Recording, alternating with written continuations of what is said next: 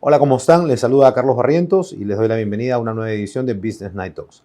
En esta oportunidad nos acompaña Álvaro Granados. Álvaro es el CEO de Corporación Primax y maneja 3 países, Perú, Ecuador y Colombia. Álvaro es ingeniero industrial de España y además con una trayectoria internacional en el mundo de los combustibles bastante interesante. Álvaro, bienvenido y muchas gracias por tu tiempo. Gracias, Carlos. Gracias por la invitación. Álvaro, cuéntanos tu trayectoria profesional y cómo esto se iba caminando con tu trayectoria personal también un poco para conocerte un poquito más en ese aspecto. Qué bueno, mira, pues yo si quieres te cuento, empezando por lo personal y cómo eso obviamente afectó lo profesional. Soy, como bien decías, ingeniero de formación y toda mi vida he trabajado en el sector de la energía. Soy un apasionado del sector de la energía y he tenido la suerte, recién acabé la carrera universitaria, de empezar a trabajar en el sector y he tocado, yo creo, prácticamente todos los rubros. He trabajado en electricidad, he trabajado en el rubro del gas, he trabajado en el rubro de la energía alternativa, tanto solar como eólica, y luego, más recientemente, los últimos 15 años, he estado trabajando en el mundo más del downstream, del refino y la comercialización de líquidos y gases, en empresas multinacionales del sector y últimamente los últimos 2 años en Primax. Interesante la trayectoria, sobre todo que ya, como tú bien dices, has tocado casi todas las partes del sector. Y en este mundo eólico, en este mundo solar, las energías renovables, que es algo que todavía lo visualizamos muy lejos, en la región al menos, pero en otras partes del mundo ya tienen avances bien notables. ¿Crees que estamos demorados? ¿Cuánto tiempo le queda al mundo de los combustibles? Si podemos darle algún horizonte de tiempo. Sí, mira, yo creo que es una pregunta que te puedes imaginar está encima de la mesa en cualquier conversación relacionada con la energía y la transición energética. Efectivamente, la transición o el mundo de la energía tiene hoy lo que llaman el trilema, ¿no? Que es una energía que sea barata, que sea confiable y que sea segura, en el sentido de seguridad de suministro, ¿no? Y conseguir esos 3 elementos, esos 3 vectores, va a ser un reto importante a nivel global. Si lo aterrizamos a la región, y cada región lo está abordando de manera muy diferente. Por ejemplo, Europa ciertamente con una apuesta muy fuerte por la electrificación, incluyendo el hidrógeno como vector. Quizá Estados Unidos, Norteamérica en general, con un ángulo todavía menos enfocado en la electricidad, y si me permites, lo que es Sudamérica, yo creo que está en fase de definición. Tu pregunta concreta de cuánto le queda, digamos, a la energía tradicional, llamémosle a los combustibles, llamémosle líquidos, en nuestra opinión es que le queda bastante tiempo porque la transición en estos mercados no es tan sencilla, por diferentes temas que si quieres luego podemos abordar. Y nosotros tenemos una previsión de crecimiento de consumo líquido en la región durante los próximos 5 a 10 años. De hecho, a nivel mundial, solo hay 2 regiones que creemos que van a crecer en consumos líquidos de hidrocarburos líquidos. Una es, te imaginas, China, y la otra es Sudamérica. Y por lo tanto nosotros estamos apostando a ese crecimiento también como compañía y como corporación, ¿verdad? Interesante. Volviendo a tu trayectoria, Álvaro, y cómo esto ha ido más o menos corriendo en paralelo con tu parte personal. Tú eres español, has estado en México, en Perú, ¿algún otro país que has estado también? Sí, he estado en varios. He trabajado en varios países de Europa, he trabajado en Norteamérica y ciertamente previo a estar en Perú estuve viviendo prácticamente 5 años en México y llevo ya 2 años en Perú. Me vine en plena pandemia, si haces las matemáticas, lo cual da claro, para una conversación interesante. Ahora si quieres la tratamos. ¿Cómo ha sido este tránsito internacional con tu familia? Este equilibrio profesional, familiar, ¿cómo te ha ido acompañando la parte familiar? Fíjate que cuando uno toma la decisión de sacar la maleta, ¿verdad? y recorrer el mundo, tiene que tomar esa decisión en familia, es una decisión familiar, al menos eso es la manera en la que nosotros lo hemos abordado, porque toda la familia tiene que estar convencida de lo que se está haciendo, ¿no? Y afortunadamente, yo soy en este caso estoy bendecido con una esposa y unos hijos que al menos hasta la fecha han apoyado, han soportado y están en el límite, creciendo junto con el papá en todas y cada una de estos movimientos. No te voy a negar, no es fácil y creo que no es para todo el mundo, pero como experiencia personal y como experiencia para la familia, a mí en un mundo como el de hoy, un mundo globalizado, el poder darle a tus hijos la experiencia de vivir en diferentes países, con diferentes culturas, diferentes idiomas, para mí eso es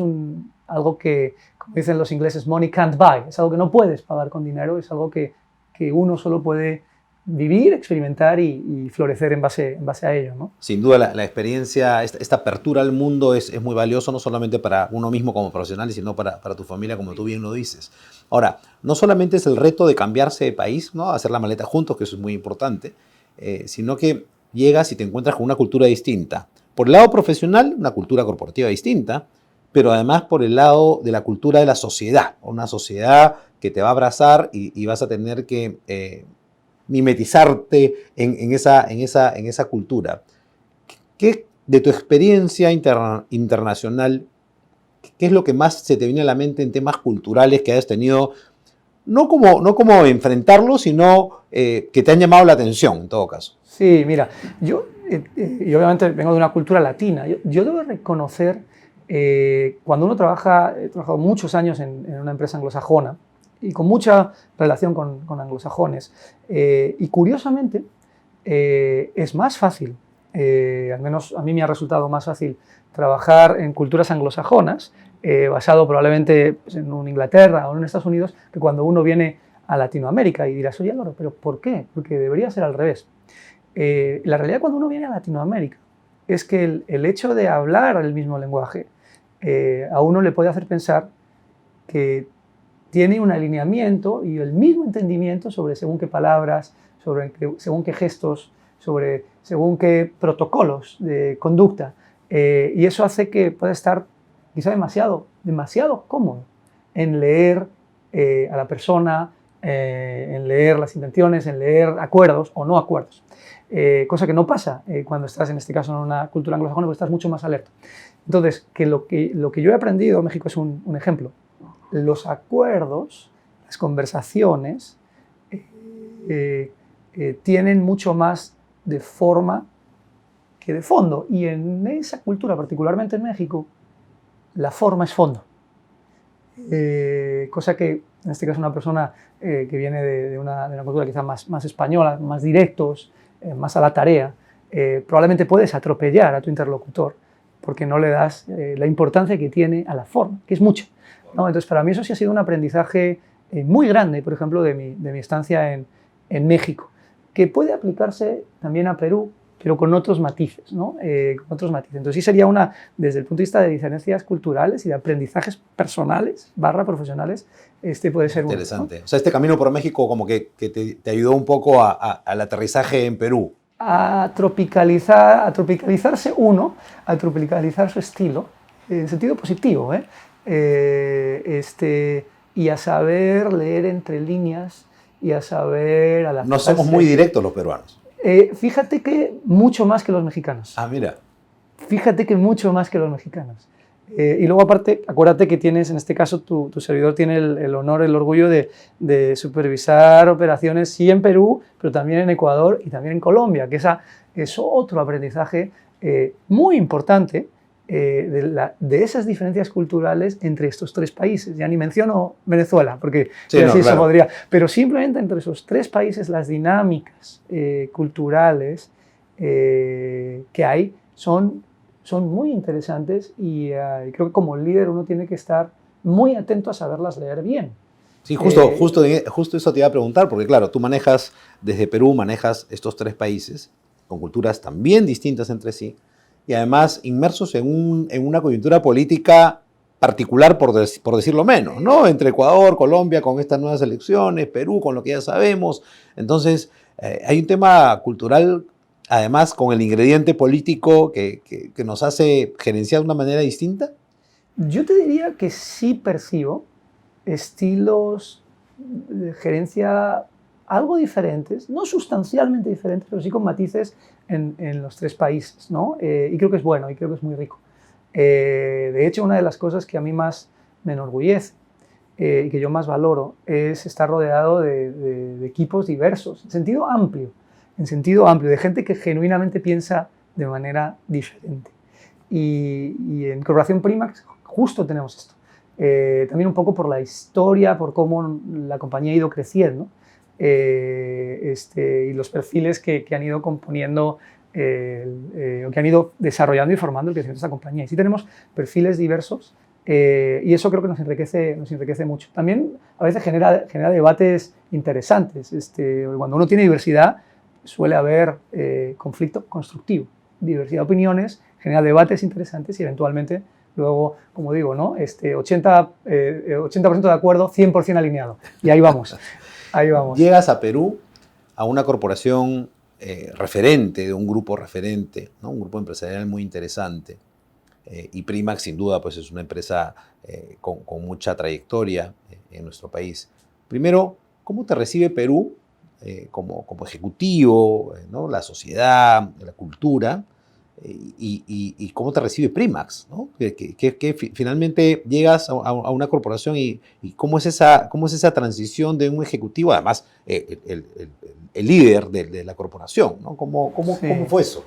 Pues mira, si me permites, entrando del ángulo personal, fue un proceso muy interesante porque esto sucedió en medio de la pandemia. Y te cuento medio en broma, pero fue la realidad. Yo tuve que entrar en el país en un momento en donde solo había vuelos humanitarios y solo podían entrar en el país o residentes o nacionales, y en ese momento yo no tenía ninguna de las dos consideraciones. Entonces sí, la entrada en el país, te puedes imaginar que ya de por sí fue interesante, y yo aterricé en el aeropuerto Jorge Chávez, te puedes imaginar, salí del aeropuerto, eso era una película o una serie de Walking Dead, no había nadie, ¿sí me explico? Hasta que llegué al hotel y la verdad es que sí, cuando llegué al hotel digo, ¿dónde se ha metido uno? ¿No? Porque en aquel entonces, que era agosto del año 2020, en otras áreas del mundo sí había cierto movimiento, empezaba a haber movimiento, aquí todavía no.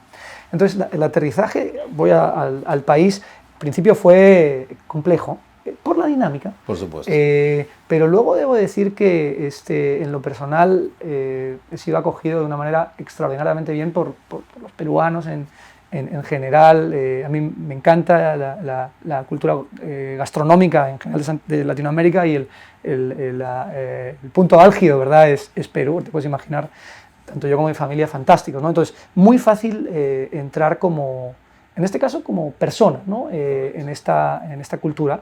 Y luego del lado si quieres, del grupo, del lado de la corporación, también muy fácil, porque debo decir que tanto el grupo económico al que pertenece Primax, por los valores que atesora, como la propia Primax, es una cultura muy abierta, muy de acoger a la persona que viene de fuera, y muy de dar siempre más, muy de intentar complacer, ¿verdad? Sea en este caso un ejecutivo que aterriza o a un cliente, ¿no? Y eso está en el ADN de la compañía, ¿no? Es una cultura de servicio y es una cultura de siempre complacer y dar ese pasito de más que quizá nadie espera, ¿no? Interesante. ¿Cuál crees que es tu estilo de liderazgo? ¿Cómo lideras a tu equipo?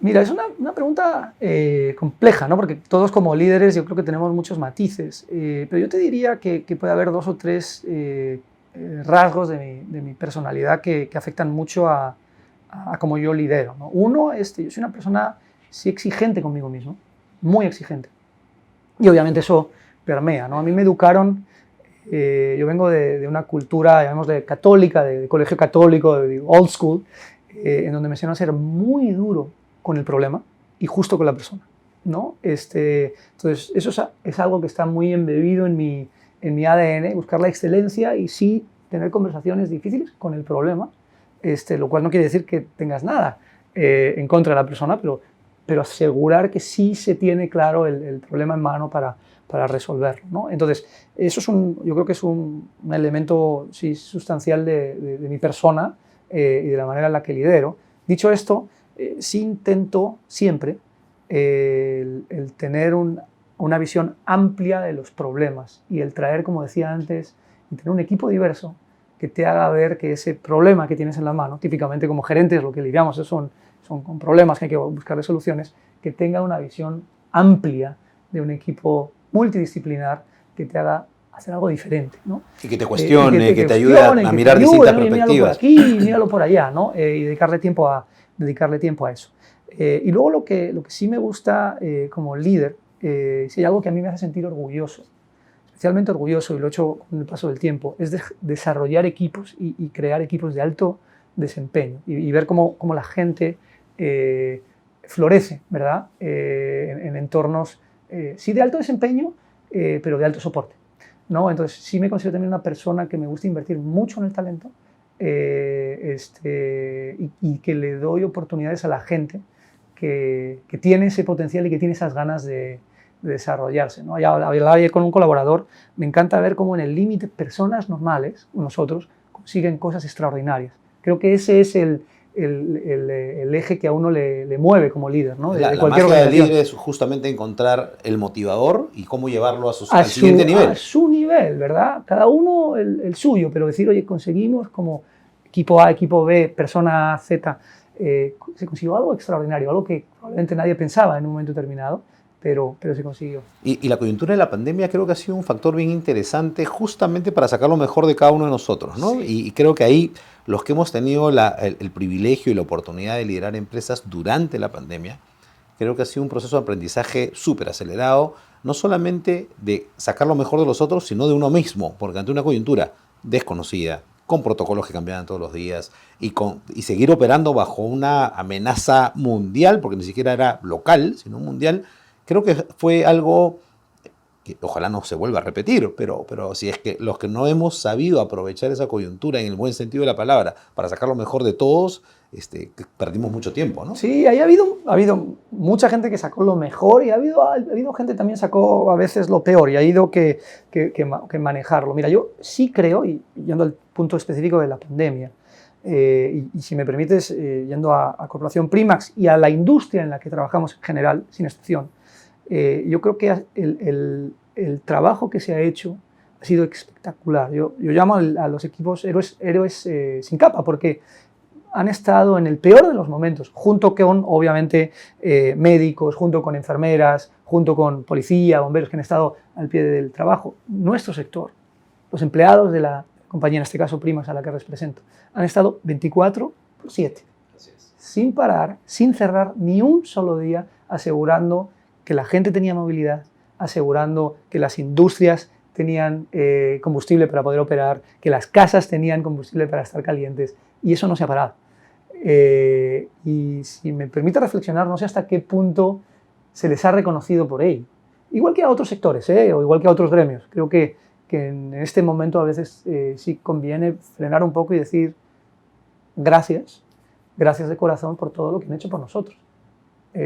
Por todos, ¿no? Por sí, todos no, totalmente. Porque estaban ahí expuestos todo momento para que las cosas fluyeran. Sí, de hecho el sector combustible fue uno de los sectores que nunca paró. Nunca ¿no? paró. Y además no podía parar, porque si no, sin combustible no se mueve nada. Entonces, exacto. Fue realmente muy, muy retador, sobre todo la primera parte de la pandemia para este sector, ¿no? Ahora, el sector combustibles es un sector convulsionado normalmente. Y más ahora que estamos enfrentando, pues, no solamente la guerra, que es un factor externo, tenemos la crisis política, la crisis económica en el país, y en general estamos viviendo un mundo muy adverso. Pero el combustible, pues, tiene esta particularidad de afectar directamente los bolsillos de los consumidores de a pie. ¿Cómo afecta la guerra? Porque es una pregunta que normalmente la gente se hace y hay 30.000 explicaciones, pero en sencillo, ¿cómo afecta la guerra en los factores, en los precios que estamos viviendo hoy día?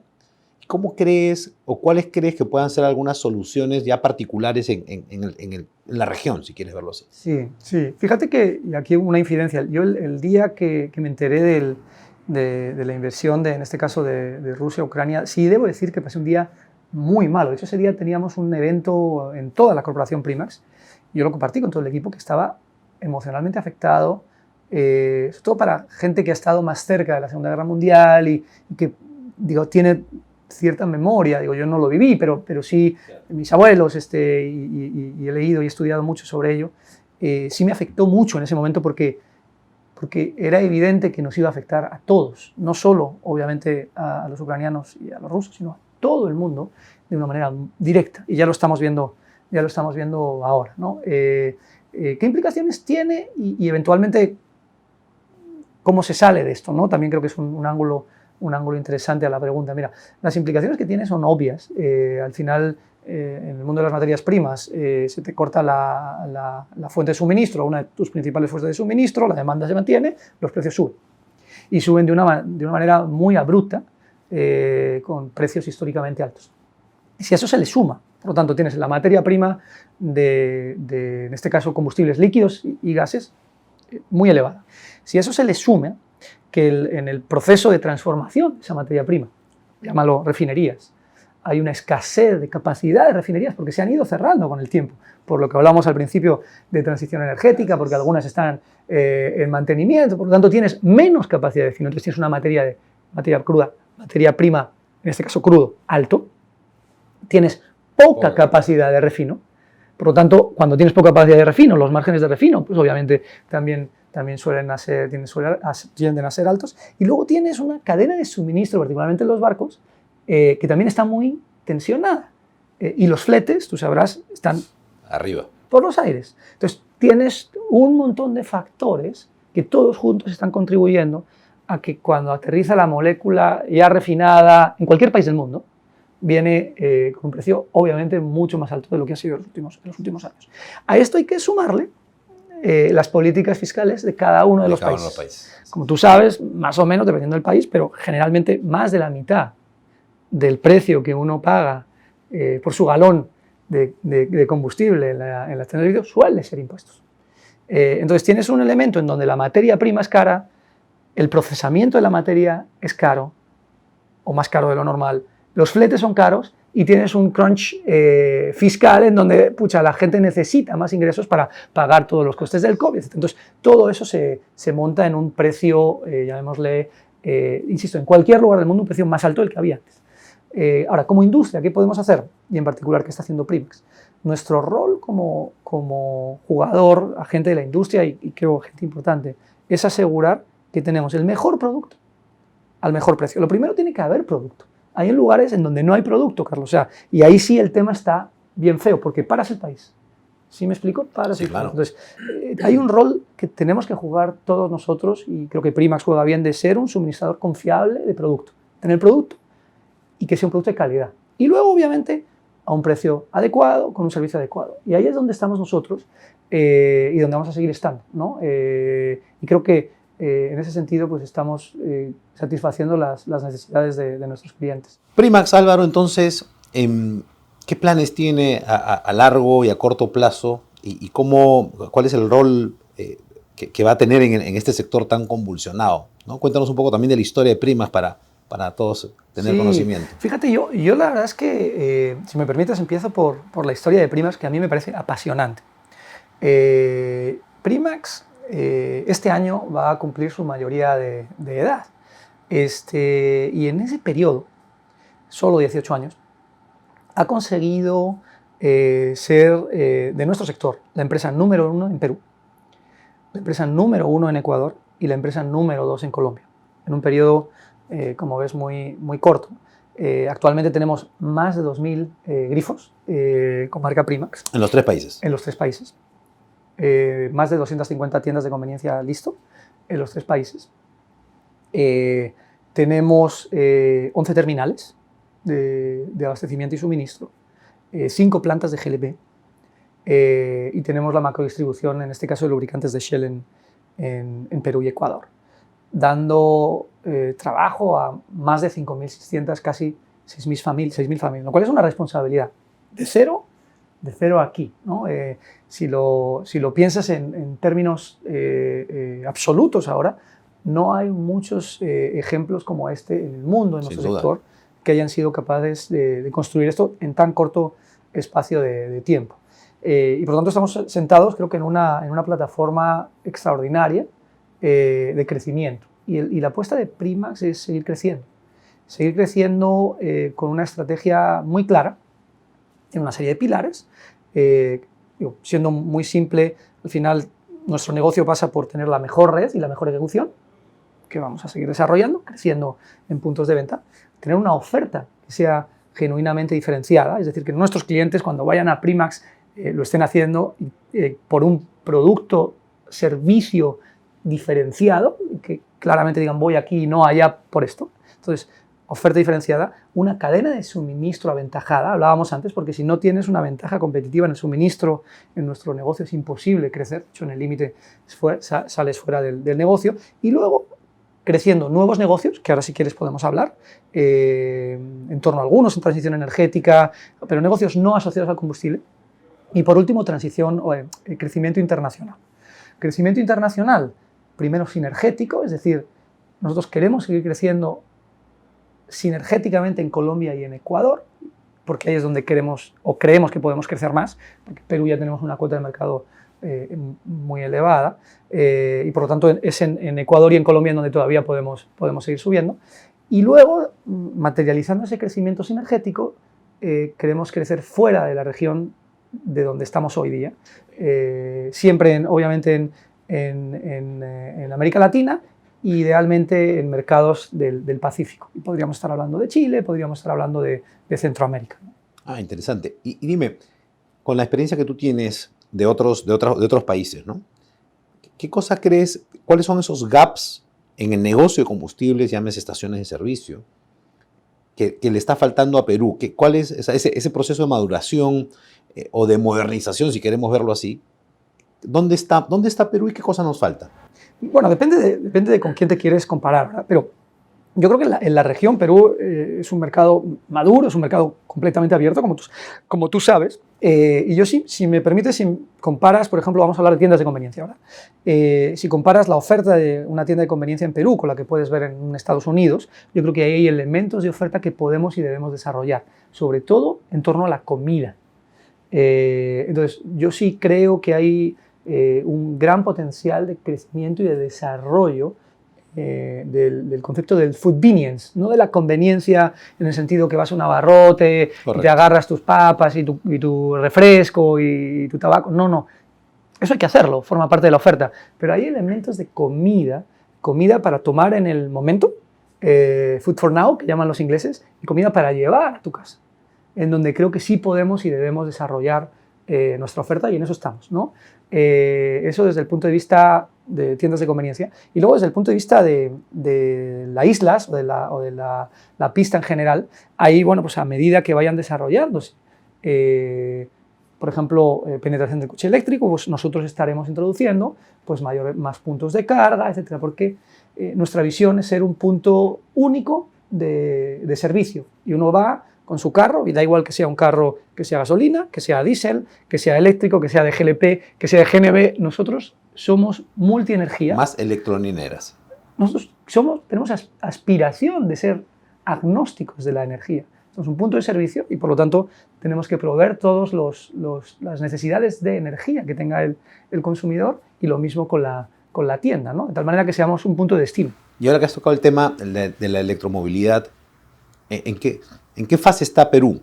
Creo que Chile y Colombia están mucho más avanzados. Acá la infraestructura como que todavía está pobre. Estamos en una fase todavía muy inicial. ¿Cómo ves? Sí, yo sí te diría, está en una fase muy inicial. Esto es el huevo y la gallina, ¿no? Tiene que haber carros para que exista la infraestructura, y tiene que haber infraestructura para que exista el carro. Yo creo que Perú está todavía en esa fase inicial, comparada con Chile y probablemente también con Colombia.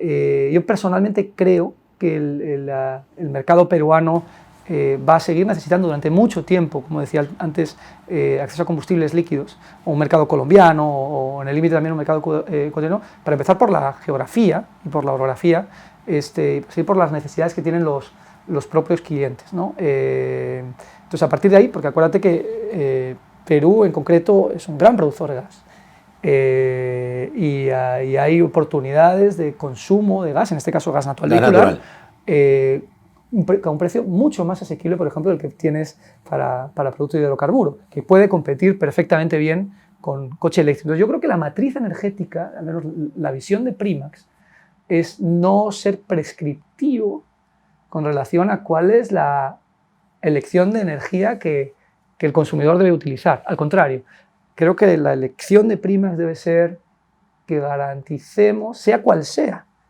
la elección que tuvo el consumidor, que pueda abrir una estación de servicio Primax y nosotros les podamos suministrar. Ahora, como grandes productores de gas natural, todavía hay una tarea pendiente por la parte de la población o del parque automotor, ¿no?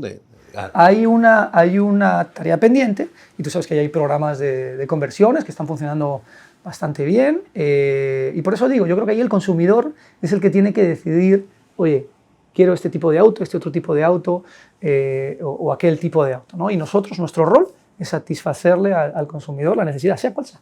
Y que cuando llega Primax, además de repostar, pues ojalá que también le podamos energizar con la tienda, con su comidita, con su bebidita, y que, como digo, sea un punto de destino. Ahora, las estaciones de servicio, hay la percepción, en todo caso, que están muy enfocadas en el B2C, cuando en otros países tenemos estaciones también muy enfocadas en las flotas, ¿no? Que tienen además servicios complementarios muy interesantes, enfocados en ese segmento y que están normalmente en las afueras de las ciudades, ¿no? ¿Eso es algo que están mirando? ¿Es una necesidad en nuestro país o todavía estamos lentos en ese sentido? Mira, en el corto plazo al menos, yo creo que la apuesta, al menos nuestra apuesta, es desarrollar productos y servicios diferenciados, obviamente por tipo de cliente. Entonces, tú tienes un tipo de cliente que es un cliente, llamémosle residencial, es decir, tú y yo,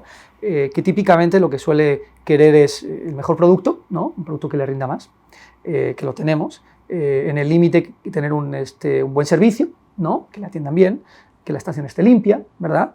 Que tengas en el límite una tarjeta de lealtad, que le premies, que de alguna manera le enganches a volver contigo. Y efectivamente, eso fundamentalmente es el ángulo de un cliente B2C. Y luego, efectivamente, para clientes B2B, tienes otro elemento de oferta. Típicamente puedes tener una tarjeta de flotas, en donde les das no solo combustible con un descuento, le das seguridad en ese combustible, sino que también le das cobertura, que es creo que donde vas.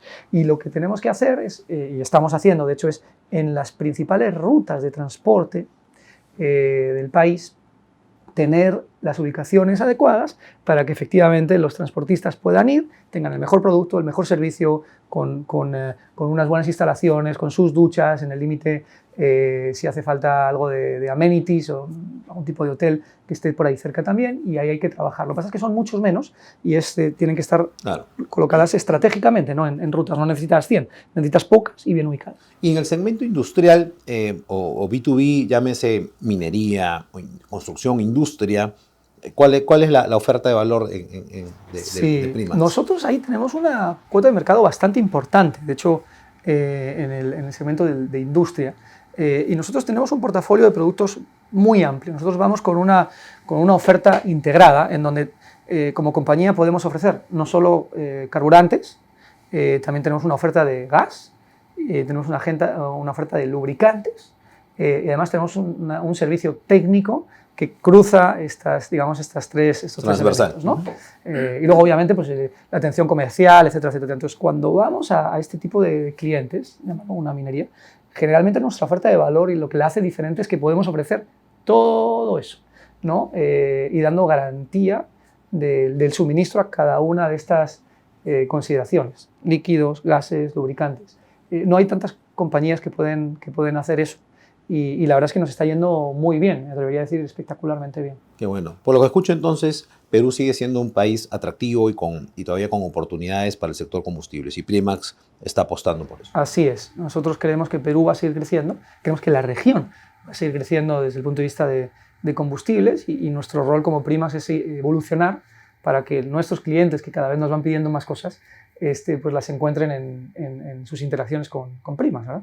Interesante. Y por último, y no menos importante, ya como cultura de Primax y del grupo en todo caso, estamos inmersos en una coyuntura o en todo caso en una tendencia de equidad y de inclusión que además es algo que se tiene que hacer y que creo que hay que promoverlo desde todo ángulo. Como líder de una de las empresas más importantes del país, ¿Cómo se está gestionando eso en Primax? ¿Y qué nos falta? ¿Qué más debemos hacerle para ponerle este booster a un tema tan importante como ese? Sí, no, es clave. Si te fijas, al principio hablaba en mi estilo de liderazgo de la importancia de tener equipos diversos. Entonces, nosotros eso lo tenemos embebido en la cultura y tu servidor en la manera en la que trabaja. Pero yo creo que como, si me permites elevarme de Primas a quizá la región, yo creo que hay mucho trabajo por hacer. Mucho trabajo por hacer en ese sentido. Y obviamente tiene una herencia cultural no menor que hay que poco a poco ir trabajando. Y a modo de primicia, fíjate, mañana nosotros tenemos un evento corporativo en donde estamos lanzando nuestro nuevo propósito. Siempre hemos tenido un propósito, obviamente, ¿no? Pero Correcto. lo estamos afinando en línea a los nuevos tiempos, en línea a las nuevas sensibilidades. Y justo estamos lanzando mañana con toda la organización, con todos nuestros colaboradores y develando este nuevo propósito que te comparto, que es energizar a aquellos que quieren llegar más lejos, ¿no? Mira, qué bueno, qué interesante. Y debajo de ese propósito hay una serie de valores fundacionales de la compañía, que son 5.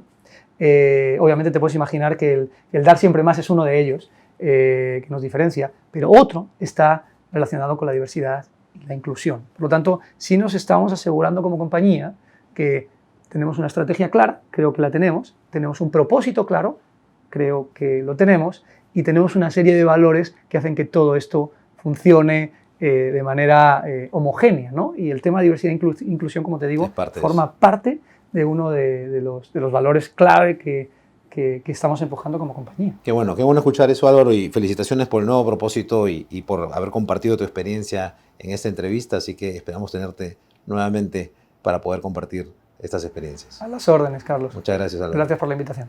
Estuvo con nosotros Álvaro Granados, CEO de Primax en Perú y manejando toda la región. Será hasta una próxima oportunidad en Business Night Talks.